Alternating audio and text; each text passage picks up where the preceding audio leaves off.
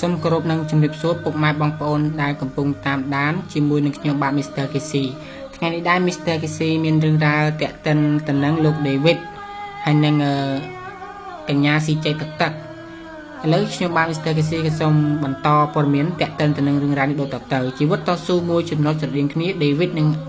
និរ័តមុនចូលសិល្បៈលោកងួនច័ន្ទ David ជាតារាចម្រៀងប្រចាំផលិតកម្មរស្មីហុងមាសនិងកញ្ញានិរ័តដែលជាតារាចម្រៀងប្រចាំផលិតកម្មថោនមុននឹងក្លាយជាចំណែកមួយរបស់ផលិតកម្មអ្នកទាំងពីរមានប្រវត្តិតស៊ូលំបាករៀងៗខ្លួនតែការតស៊ូរបស់អ្នកទាំងពីរមានចំណុចដែលស្រដៀងគ្នាមួយគឺធ្វើការនៅហាងទូរស័ព្ទងួនច័ន្ទ David មុននឹងក្លាយជាតារាចម្រៀងប្រចាំផលិតកម្មហុងមាសដំបូងលោកបានបង្កើតក្រុមរាំមួយនៅខេត្តបាត់ដំបងអស់រយៈពេលប្រមាណជា3ឆ្នាំដោយពុំបានទទួលកម្រៃអ្វីនោះទេរហូតដល់ពេលមួយលោកបានសម្រេចចិត្តបោះបង់ការសិក្សាក្នុងថ្នាក់ទី12ដោយមូលហេតុក្រុមគ្រួសារជួបការលំបាកលោក David ក៏បានមកធ្វើការនៅឯរាជធានីភ្នំពេញការងារដំបូងលោក David គឺលោកធ្វើការទៅលើ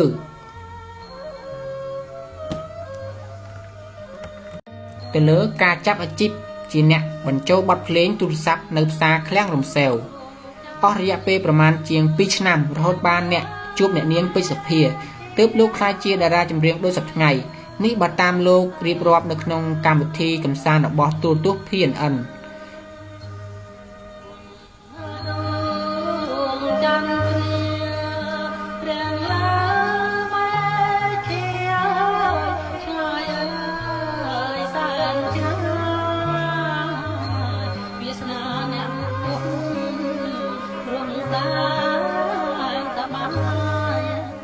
ទី2នេះយើងតាក់ទិនទៅនឹងនិរ័តជាម្ចាស់បទស៊ីជ័យទឹកទឹក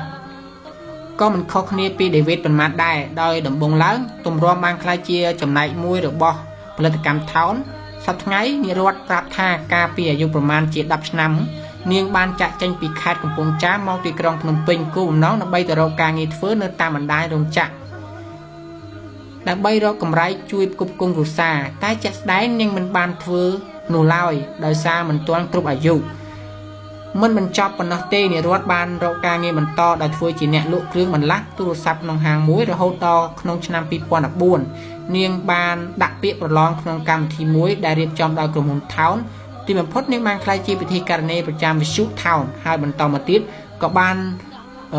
ក៏និវត្តន៍ខ្លួនមកជាតារាចម្រៀងដោយបច្ចុប្បន្នតាមរយៈកម្មវិធីប្រឡងមួយរបស់វិទ្យុថោនផងដែរបាទពុកម៉ែបងប្អូនយើងបានឃើញហើយតាក់ទិនទៅនឹងរឿងរ៉ាវរបស់និរ័តដែលជាម្ចាស់បទស៊ីជ័យទឹកជាមួយនឹងលោក David គឺមានប្រវត្តិស្រដៀងគ្នាត្រង់ដំបូងណាលោកអ្នកទាំងពីរគឺធ្វើការតាក់ទិនទៅនឹងគ្រឿងអេឡិចត្រូនិកណាមួយ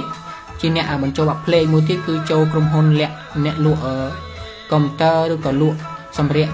អេឡិចត្រូនិកដែរគឺតាក់ទិនទៅនឹងគ្រឿងបន្លាស់របស់កុំព្យូទ័រឬក៏ទូរស័ព្ទនៅក្នុងហាងមួយហើយបន្ទាប់មកអ្នកទាំងពីរក៏បានវិវត្តខ្លួនគឺលោក David បានជួបនឹងអ្នកនាងពេជ្រសុភាឯនិរ័តបានបម្រើការនៅប៉ុស្តិ៍វិទ្យុថោនហើយបន្ទាប់មកបានក្លាយជាអ្នកចម្រៀងបាទតាក់ទិនទៅនឹងរឿងរ៉ាវនេះដែរខ្ញុំបាទ Mr. KC ក៏សូមបញ្ចប់រឿងរ៉ាវប្រវត្តិលក្ខណៈស្រដៀងគ្នារវាងលោក David និងកញ្ញានិរ័តដែលជាម្ចាស់បទស៊ីជ័យផិតទឹក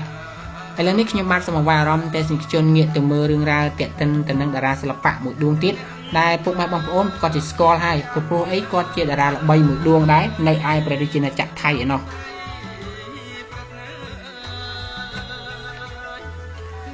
ជពូស្លៀកស៊ីបញ្ចេញអាវក្នុងថ្ងៃធ្វើទៅមើលការបង្ហាញម៉ូដកម្ពុជាតារាសម្ដែងថៃគឺឆាប់ផូអារយ៉ាបានបង្ហាញវត្តមានក្នុងកម្មវិធីបង្ហាញម៉ូដដែលរៀបចំឡើងដោយម៉ាកសម្លៀកបំពាក់ Warsaw ក្នុងទីក្រុងប៉ារីសប្រទេសបារាំងកាលពីម្សិលមិញអ្វីដែលគួរឲ្យចាប់អារម្មណ៍ក្នុងដំណើរទៅមើលការបង្ហាញម៉ូដនេះតារាស្រីវ័យ35ឆ្នាំបានស្លៀកឈុតសិចស៊ីមិនចាញ់តារាម៉ូដែលនៅក្នុងទីនោះទេឆាប់ផូបានស្លៀកឈុតប៉ារ៉ាពណ៌បៃតងដោយមានអាវដៃវែងនិងខោជើងវែងអាវចំហឡេវបញ្ចេញរាងក្បាលពោះនិងដើមទ្រូងជាមួយនឹងអាវក្នុងពណ៌ខ្មៅដ៏សិចស៊ីផងដែរហើយក៏មានការថតនិងមានការយកចិត្តទុកដាក់ជាច្រើនពីអ្នកគាំទ្រឬក៏ជាអ្នកសារព័ត៌មាននៅឯទីក្រុងប៉ារីសនៃប្រទេសបារាំងផងដែរអ្នក